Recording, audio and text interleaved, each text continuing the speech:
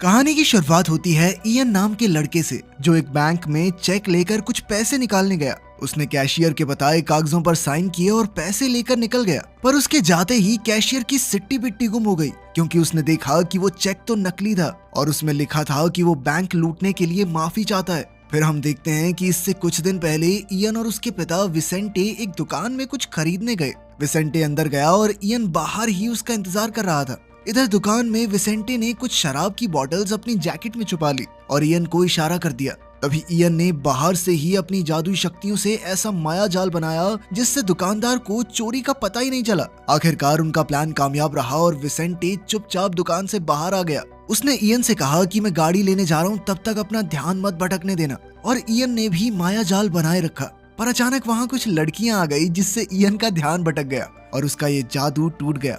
उसी पल दुकानदार को चोरी का पता चल गया और वो हथौड़ा लेकर विसेंटे के पीछे दौड़ी। फिर उसने इयन को देख लिया तो वो उसकी तरफ बढ़ी, लेकिन उसके कुछ करने से पहले ही इयन ने उसे पीछे हट जाने को कहा। अब उस औरत ने गुस्से में इयन पर हमला करने की कोशिश की तो इयन ने बचाव में अपनी बंदूक बाहर निकाल ली, पर जब वो रुकी नहीं तो अचानक इयन ने उस पर गोली चला दी। उसी पल वो औरत जमीन पर गिर पड़ी और उसके पेट से खून बहने लगा। इससे पहले कि कोई उन्हें देखता, विसेंटे तुरंत इयन को लेकर गाड़ी में भाग निकला।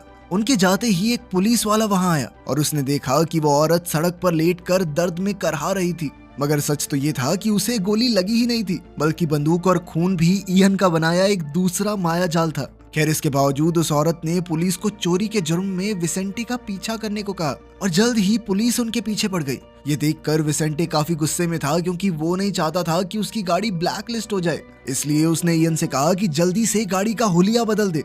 इयन ने ऐसा ही किया, पर कुछ देर बाद वो कहने लगा कि मैं ऐसी छोटी मोटी चोरियां करके तंग आ चुका हूँ।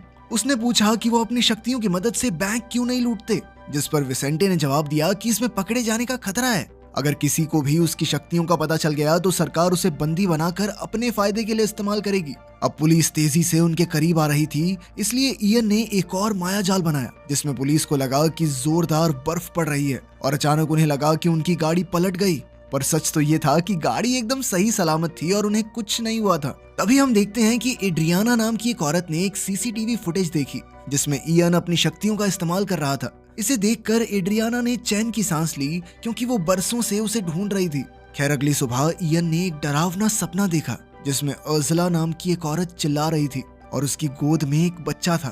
तभी इयन की आंख खुल गई और विसेंटे ने उसके जन्मदिन पर उसे बधाई दी। विसेंटे उसके लिए कुछ खास बना रहा था तो इयन ने उसका शुक्रिया अदा किया, पर कुछ देर बाद इयन ने कहा कि वो अपना जन्मदिन मनाने आर्केड में जा रहा है। वहीं दूसरी ओर हम कल वाले पुलिस वाले को देखते हैं जो अपनी एक दोस्त को बता रहा था कि कैसे कल तेज बर्फबारी की वजह से वो चोरों को पकड़ नहीं सके, लेकिन उसकी दोस्त को उस पर यकीन नहीं हुआ क्योंकि इस इलाके में आज तक कभी बर्फबारी हुई ही नहीं। इस दौरान हम देखते हैं कि परसेप्टर नाम का एक आदमी चुपके से उनकी बातें सुन रहा था। उसने सुना कि कुछ खास एजेंट्स इयन और विसेंटे को ढूंढ रहे हैं, तो उसने भी उनका पीछा करना शुरू कर दिया। शाम के समय एड्रियाना ने अपनी आदमियों के साथ विसेंटे को उसकी बोट पर ढूंढ लिया, लेकिन इयन वहां मौजूद नहीं था। एड्रियाना ने कहा कि वो एजेंसी की तरफ से आई है। ऐसा लग रहा था कि वो पहले एक दूसरे को जानते थे। असल में वो दोनों एक खास ऑर्गेनाइजेशन के लिए काम करते थे जो इयन जैसे लोगों पर एक्सपेरिमेंट करती थी। अब एड्रियाना ने विसेंटे से इयन की जानकारी हासिल करने के लिए उस पर अत्याचार करने शुरू किए,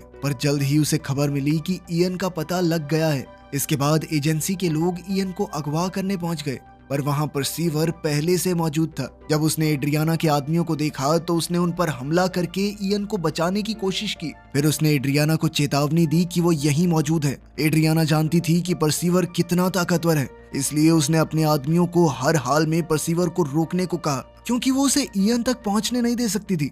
अब परसीवर उनका नया टारगेट बन चुका था, पर उसने खुद को बचाने के लिए एजेंट्स को एक भ्रम में डाल दिया।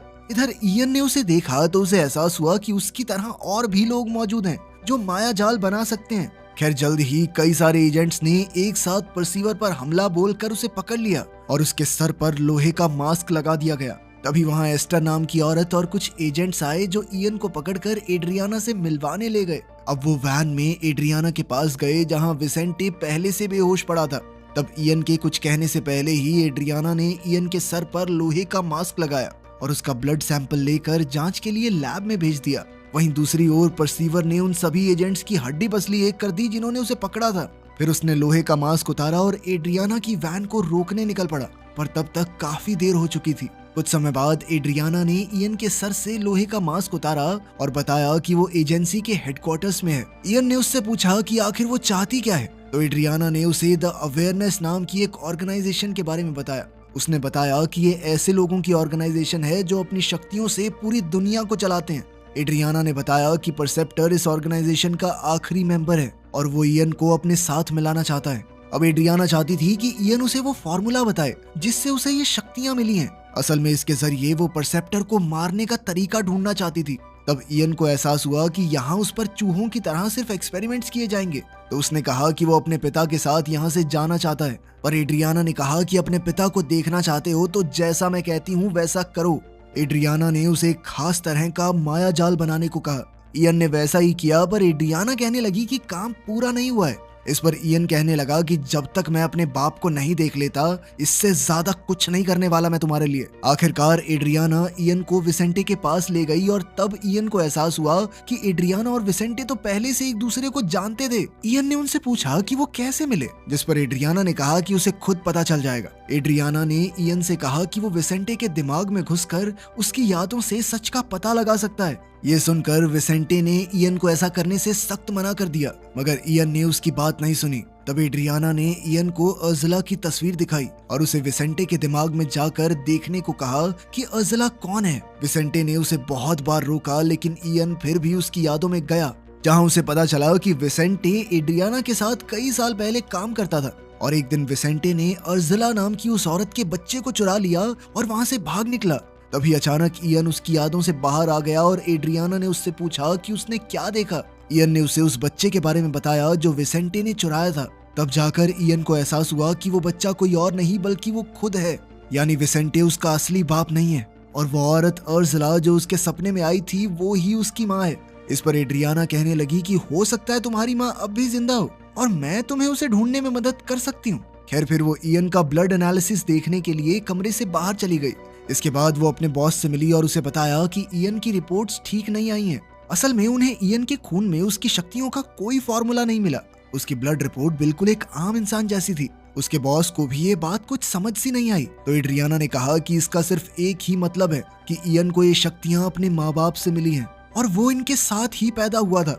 उसके बॉस को कुछ समझ नहीं आया, तो एड्रियाना ने बताया कि अर्ज़ला और इयन के पिता दोनों के शरीर में वो फॉर्मूला मौजूद था। अब बॉस ने एड्रियाना से कहा कि इससे पहले इयन बेहद ताकतवर हो जाए उन्हें उसे खत्म करना होगा, लेकिन एड्रियाना का कहना था कि वो म्यूल के खिलाफ लड़ने में उनके काम आ सकता है। फिर अगले दिन एस्टर नाम की औरत इयन से मिलने पहुंची और यहाँ से भागने में उसकी मदद करने का ऑफर दिया। अब इयन उसके साथ चल पड़ा तो एस्टर ने रास्ते में आने वाले सभी गार्ड्स को चुटकियों में हरा दिया। मगर जब वो निकलने वाले थे तो इयन ने कहा कि उसे विसेंटे को अपने साथ ले जाना होगा।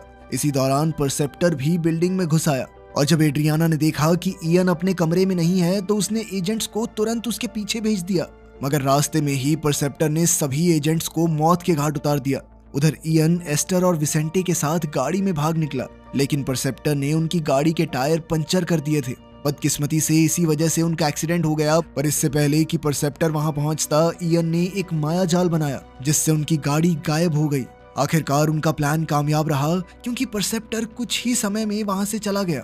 इसके बाद वो सब रात गुजारने एक होटल में पहुंचे। फिर अगली सुबह इयन ने एस्टर से पूछा कि वो उसकी मदद क्यों कर रही है, तो एस्टर ने कहा कि मैं बस अपनी जिंदगी में कुछ सही करना चाहती हूँ। तब इयन को एहसास हुआ कि एस्टर अवेयरनेस ऑर्गेनाइजेशन के लिए ही काम करती है। खैर, बाद में हम देखते हैं कि विसेंटे शराब के नशे में धुत पड़ा था, तो एस्टर ने इयन पर इल्जाम लगाया क्योंकि वही विसेंटे को साथ लाया था। तो एस्टर इयन को डांटने लगी कि तुम्हारी वजह से हम इस शराबी को साथ लाए हैं, इसका ध्यान तो रख ही सकते थे। लेकिन इयन कहने लगा कि वो विसेंटे को अपने साथ इसलिए लाया है क्योंकि वो अपनी जिंदगी का पूरा सच जानना चाहता है। इस पर एस्टर ने इयन को एक बार फिर विसेंटे के दिमाग में झांकने की सलाह दी। इस बार जब इयन ने ऐसा किया तो उसने देखा कि विसेंटे एड्रियाना से बात कर रहा था कि वो किसी को कोमिंस्की नाम के साइंटिस्ट से मिलने के लिए पोलैंड भेजेंगे। बाद में जब इयन उसके दिमाग से बाहर आया तो एस्टर ने उससे पूछा कि उसने क्या देखा, मगर इयन ने कोई जवाब नहीं दिया। फिर कुछ देर बाद उसने अपनी शक्तियों से कैशियर को धोखा देकर कुछ पैसे चुरा लिए। जल्द ही पुलिस ने उसका पीछा किया, मगर खुशकिस्मती से वो सही सलामत वापस लौट आया। अब इयर और एस्टर अपनी लूट की खुशियां मना रहे थे कि तभी उन्हें एहसास हुआ कि विंसेंटे घर पर नहीं था। एस्टर ने कहा कि वो जरूर बार में होगा। कुछ देर बाद जब एस्टर बाथरूम में थी तो इयन ने खिड़की से देखा कि परसेप्टर वहां आ गया था।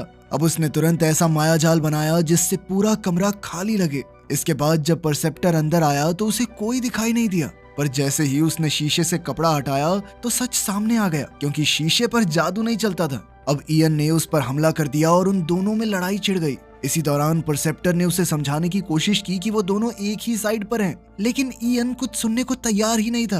कुछ ही पलों में परसेप्टर ने इयन को एक दीवार पर जकड़ दिया। तभी उसने एस्टर को भी देख लिया जो बाथरूम में छुपी हुई थी। इसके बाद परसेप्टर ने इयन के दिमाग में जाकर पता लगाया कि उसे सभी जवाब पाने के लिए पोलैंड जाकर साइंटिस्ट कोमिस्की को ढूंढना होगा। तब इयन बेहोश हो गया और परसेप्टर वहां से चला गया। कुछ देर बाद जब उसकी आंख खुली तो विंसेंटे वापस आ गया था और उसने इयन को बहुत डांटा, क्योंकि बैंक में चोरी की खबर हर जगह फैल गई थी।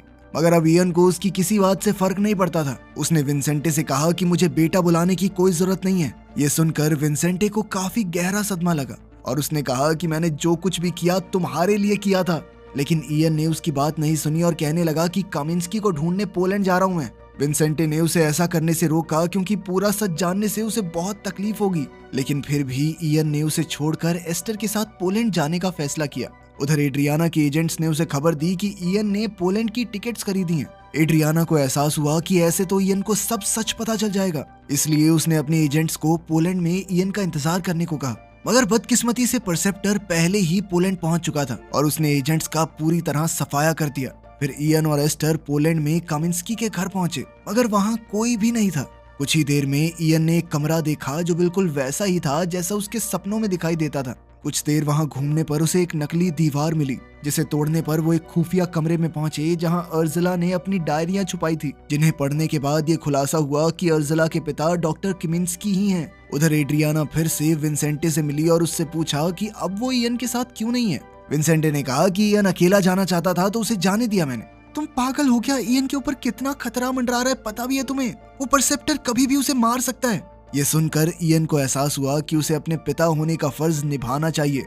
वहीं दूसरी ओर इयन जब खुफिया कमरे से बाहर आया तो उसने देखा कि एस्टर परसेप्टर को भी अपने साथ अंदर ले आई थी। एस्टर ने कहा कि परसेप्टर तुम्हारे सारे सवालों का जवाब दे देगा, पर इयन ने उसकी एक ना सुनी और बंदूक निकाल ली। लेकिन परसेप्टर डरा नहीं और उसने अपनी कहानी बताई। उसने कहा कि वो इयन का असली बाप है। ये बात सुनकर इयन हक्का बक्का रह गया। कई साल पहले कोल्ड वॉर के समय डॉक्टर किमिंस्की ने ये फॉर्मूला बनाया था ताकि दुश्मनों के दिमाग को पढ़ा जा सके, और उसने ये ताकत अपनी बेटी और परसेप्टर को भी दे दी। पर जब युद्ध खत्म हुआ तो सरकार ने ऐसी ताकत वाले लोगों को खत्म करने का फैसला किया, पर फिर म्यूल नाम के एक आदमी ने पूरी सरकार को अपने काबू में करके हरा दिया। आखिरकार म्यूल ने बाकी सबके साथ मिलकर अवेयरनेस नाम का ग्रुप बनाया और वो सब अपनी शक्तियां छुपाकर आम जिंदगी जीने लगे। इसी के बाद इयन का जन्म हुआ। इससे पहले कि इयन कुछ कह पाता, अचानक एड्रियाना के एजेंट्स ने वहां हमला कर दिया। जैसे ही परसेप्टर ने ये देखा तो उसने तुरंत इयन से कहा कि जल्दी यहाँ से निकल जाओ और मेरे स्पेन वाले घर में जाना,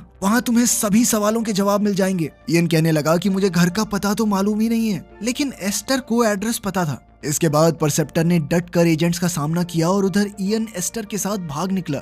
आखिरकार परसेप्टर पकड़ा गया और एड्रियाना के एजेंट्स उसे एड्रियाना की लैब में ले गए, जहां उसका ब्लड सैंपल लिया गया। आखिरकार एड्रियाना परसेप्टर के सामने आई और उसे म्यूल कहकर पुकारा। एड्रियाना ने कहा कि वो उसके खून से शक्तियों का फॉर्मूला निकालकर उसे बर्बाद कर देगी, पर जल्द ही उसे एहसास हुआ कि परसेप्टर के खून से फॉर्मूला नहीं निकाला जा सकता, क्योंकि फॉर्मूला पूरी तरह उसके खून से जुड़कर एक हो चुका था। फिर एड्रियाना ने अपने बॉस से कहा कि अब इयन ही उनकी आखिरी उम्मीद है। उधर जब परसेप्टर अकेला था तो उसने रोबोट की आंखों में देखा और उसके कंट्रोलर का दिमाग अपने कब्जे में कर लिया। इसका मतलब ये था कि परसेप्टर के पास लोगों को काबू करने की भी शक्ति थी। इस तरह उसने खुद को आजाद किया और फिर अपनी शक्तियों से वहां मौजूद सभी एजेंट्स को मार कर भाग गया। वहीं दूसरी ओर जब इयन और एस्टर परसेप्टर के घर पहुंचे तो इयन ने देखा कि उसकी मां अब भी जिंदा थी, लेकिन एक्सपेरिमेंट्स की वजह से उनकी हालत मुर्दों जैसी हो गई थी। इयन अपनी मां के दिमाग में गया तो उसे परसेप्टर दिखाई दिया और उसने कहा कि उसे दुख है कि इयन को अपनी मां को इस हालत में देखना पड़ रहा है। खैर फिर परसेप्टर ने कहा कि इयन अर्जुला की याददाश्त के जरिए उससे बात कर सकता है। जैसे ही इयन अर्जुला के दिमाग में घुसा तो उसने एक जवान अर्जुला को देखा जो अपने छोटे से बेटे के साथ खेल रही थी। उसी समय परसेप्टर ने इयन को दिखाया कि कैसे एड्रियाना के लोगों ने उसकी मां पर अत्याचार किए। तब उसकी मां ने फॉर्मूले की सभी कॉपीज को तबाह कर दिया और असली फॉर्मूले को एक याद बनाकर इयन के दिमाग में भर दिया। अब परसेप्टर ने ईयन से ये फॉर्मूला मांगा पर ईयन ने कोई जवाब नहीं दिया। ईयन को एहसास हो गया कि उसकी माँ ने ये फॉर्मूला सिर्फ उसे इसलिए दिया ताकि ये किसी और के हाथ ना लग सके। अब परसेप्टर का पारा चढ़ गया और उसने जबरदस्ती ईयन से फॉर्मूला लेने की कोशिश की, पर जैसे ही वो ईयन की ओर बढ़ा तो एक अदृश्य दीवार ने उसे रोक लिया। कुछ ही पलों में वो असलियत में लौट आए और ईयन को एहसास हुआ कि उसकी माँ ने सिर्फ उस फॉर्मूले को बचाए रखने के लिए कितने दर्द सहे थे। उसी वक्त एड्रियाना और उसके एजेंट्स कमरे में घुस आए पर ईयन बहुत गुस्से में था और उसने सब पर हमला कर दिया। अब उसकी भी तीसरी शक्ति जागृत हो गई थी, जिससे उसने एड्रियाना और उसके एजेंट्स का दिमाग काबू करके उनसे अपने ही सर पर बंदूक तनवा दी। एड्रियाना ने उससे रुकने की भीख मांगी, पर तभी परसेप्टर ने वहां आकर ईयन से कहा कि उसे इन सबको मार देना चाहिए क्योंकि इन्होंने उसकी माँ पर इतने जुल्म ढाए थे। उसी समय एड्रियाना ने खुलासा किया कि अर्जुला तो बहुत समय पहले मर चुकी है और अब जो उसने देखा वो सिर्फ परसेप्टर का बनाया एक माया जाल था। ये सब सुनकर ईयन का गुस्सा और बढ़ गया और वो सबको मारने को तैयार हो गया। तभी विसेंटे वहां आया और ईयन से कहा कि परसीवर सिर्फ उसका इस्तेमाल कर रहा है, उसके बहकावे में आकर इतने लोगों का कत्ल करना ठीक नहीं होगा। तभी परसीवर ने ईयन को विसेंटे को मारने को कहा, मगर ईयन ने कोई जवाब नहीं दिया। अब ईयन ने विसेंटे को वहां से जाने को कहा, पर विसेंटे वहीं रुका और कहने लगा कि तुम्हें ऐसा कुछ नहीं करना है जिससे बाद में पछतावा हो। तब ईयन ने कहा कि वो एड्रियाना और उसकी ऑर्गेनाइजेशन से बदला लेना चाहता है क्योंकि उन्होंने उसकी माँ पर अत्याचार करके उसकी ये हालत कर दी थी। मगर अचानक परसेप्टर ने विसेंटे को गोली मार दी और तभी ईयन का जादू टूट गया, जिससे एड्रियाना और उसके एजेंट्स आजाद हो गए। फिर परसेप्टर एस्टर को लेकर भाग गया। ईयन ने विसेंटे को संभाला तो विसेंटे ने उसे अपने दिमाग में जाने को कहा। ईयन ऐसा नहीं करना चाहता था क्योंकि विसेंटे की हालत ठीक नहीं थी, पर फिर भी विसेंटे ने किसी तरह उसे मना लिया। फिर ईयन ने देखा कि असल में किमिंस्की ईयन पर एक्सपेरिमेंट करना चाहता था, इसलिए उसकी माँ ने ही ईयन की जान बचाने के लिए उसे विसेंटे के हवाले किया था। विसेंटे ने पूरी जिंदगी ईयन की रक्षा करने में लगा दी। ये देखकर ईयन फूट फूट कर रोने लगा। आखिरकार विसेंटे की मौत हो गई और अब ईयन ने गुस्से में बंदूक उठाई और परसेप्टर को ढूंढने निकल पड़ा। परसेप्टर पास की ही एक बिल्डिंग में एक पार्टी में छुपा हुआ था। अब ईयन एस्टर की आवाज का पीछा करके वहां पहुंच गया और अपनी शक्तियों से सभी लोगों को नीचे गिरा दिया। तभी परसेप्टर ने लोगों पर कब्जा करके ईयन पर हमला बोल दिया, मगर ईयन सबको हराता चला गया। जल्द ही एड्रियाना ने वहां आकर उसकी मदद की। अब ईयन ने परसेप्टर को मारने का फैसला किया क्योंकि परसेप्टर ने फॉर्मूला पाने के लिए उसका इस्तेमाल किया था। पर तभी परसेप्टर ने एस्टर पर बंदूक तान दी और कहने लगा कि अगर तूने फॉर्मूला नहीं बताया तो इसे अभी मार दूंगा मैं। उसी समय एड्रियाना को एहसास हुआ कि वहां कोई और भी मौजूद है और उसने ईयन से कहा कि एस्टर असली नहीं है, बल्कि ये भी परसेप्टर का बनाया हुआ एक भ्रम है। ईयन कुछ समझ नहीं पाया और उसे महसूस हुआ कि वो एस्टर को चाहने लगा था। परसेप्टर अब भी एस्टर को मारने की धमकी दे रहा था तो ईयन ने उसे गोली मार दी और वो वहीं मर गया। आखिरकार एस्टर की जान बच गई। हालांकि वो जानती थी कि वो असली नहीं है, पर फिर भी उसने दौड़कर ईयन को गले लगा लिया। आखिर में ईयन ने अपनी माँ और पिता विसेंटे के लिए कब्र बनवाई और वादा किया कि वो इस फॉर्मूले को कभी गलत हाथों में नहीं जाने देगा। वीडियो पसंद आई तो लाइक कर देना, चैनल को सब्सक्राइब कर लेना। मिलते हैं अगली वीडियो में।